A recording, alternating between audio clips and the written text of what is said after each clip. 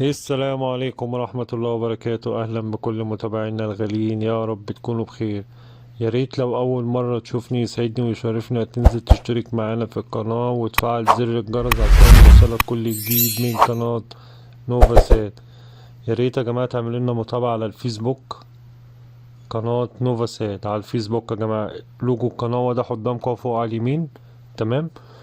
ويا ريت تكمل الفيديو للاخر عشان الناس اللي ما بتعرفش تنقل القنوات يا جماعه بعد ما بتنزل التردد هنوريكم ازاي في اخر الفيديو ازاي تنقل القناه، تمام يا جماعه، خطوه خطوه.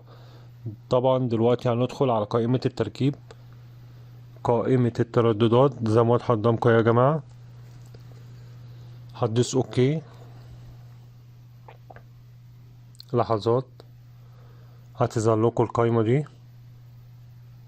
طبعا هتعمل اضافه بالزرار الاحمر، تمام، زي ما واضح قدامكم في الريموت.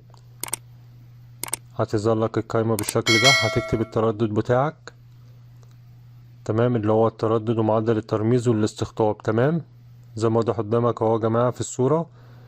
وهتدوس اوكي وتتك على الزرار الازرق، هتظهر لك الصورة بالشكل ده، تمام، عندك في الجهاز. تيجي داس اوكي، هتعمل بحث، وادي اسم القناة يا جماعة واضح قدامكم اهو زي ما انتم شايفينه في الصورة المصغرة. يا ريت بقى ما تنسوناش في لايك وكومنت جميل منكم، وتعملوا لنا متابعة على الفيسبوك قناة نوفا سات. دلوقتي بقى هنوريكم ازاي ننقل القناة، تمام يا جماعة، زي ما قلت لكم في اول الفيديو. تعالوا نشوف. هتدخل على قائمة القنوات، إدارة القنوات زي ما واضح قدامكم يا جماعة. هتدوس اوكي.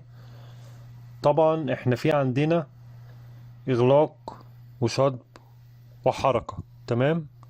احنا هنحدد، لازم تحدد القنوات يا جماعة. تدوس اوكي كده، تقف على القناة تدوس اوكي، هيديلك علامة صح. تجمع القنوات كلها، مثلا عايز تنقلها اهو زي ما واضح قدامكم، تمام. وتيجي رايح على الرقم اللي انت عايزه، تمام. احنا كده جمعنا اهو القنوات، وتيجي رايح على الرقم ودايس على الزرار الاصفر او زي ما واضح قدامك الزرار الاصفر، تمام يا جماعة.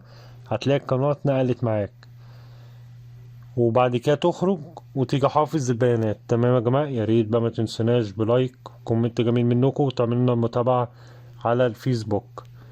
والسلام عليكم ورحمة الله وبركاته.